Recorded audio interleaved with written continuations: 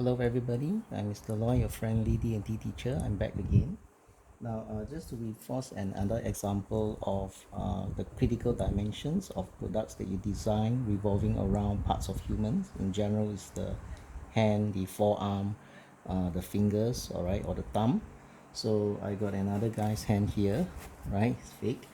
A couple of years back, of course, you're still not just was still an Avenger fan, you actually would have recognized that this is something like the Gauntlet, right? Right, it's worn by Thanos, and eventually it was with Iron Man.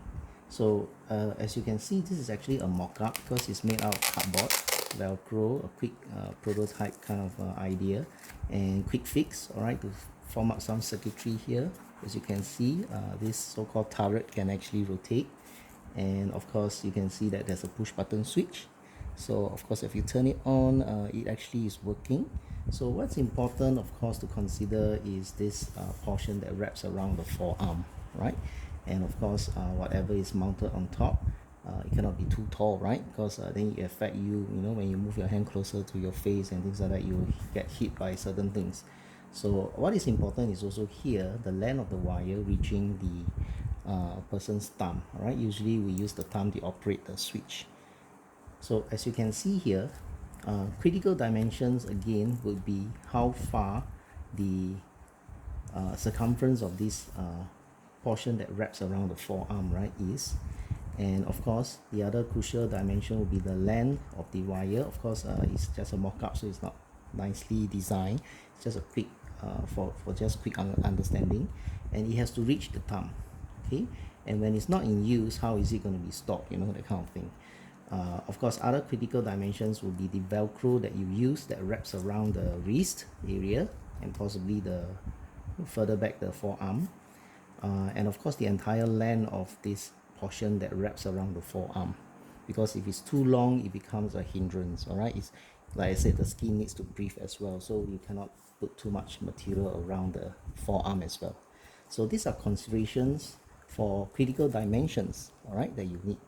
So using this as an example again, the circumference of the wrist, all right, is important, so much as well as the height of whatever you're mounting. All right, remember, too tall is not good. Try to tuck it low.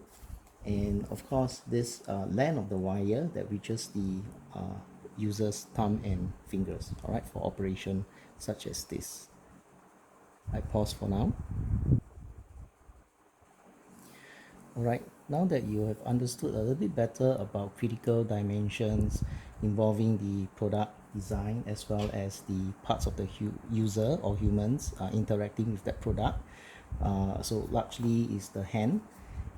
Let's say that this is possibly the handle, alright, of your wire frame or wire shape of your steady hand game.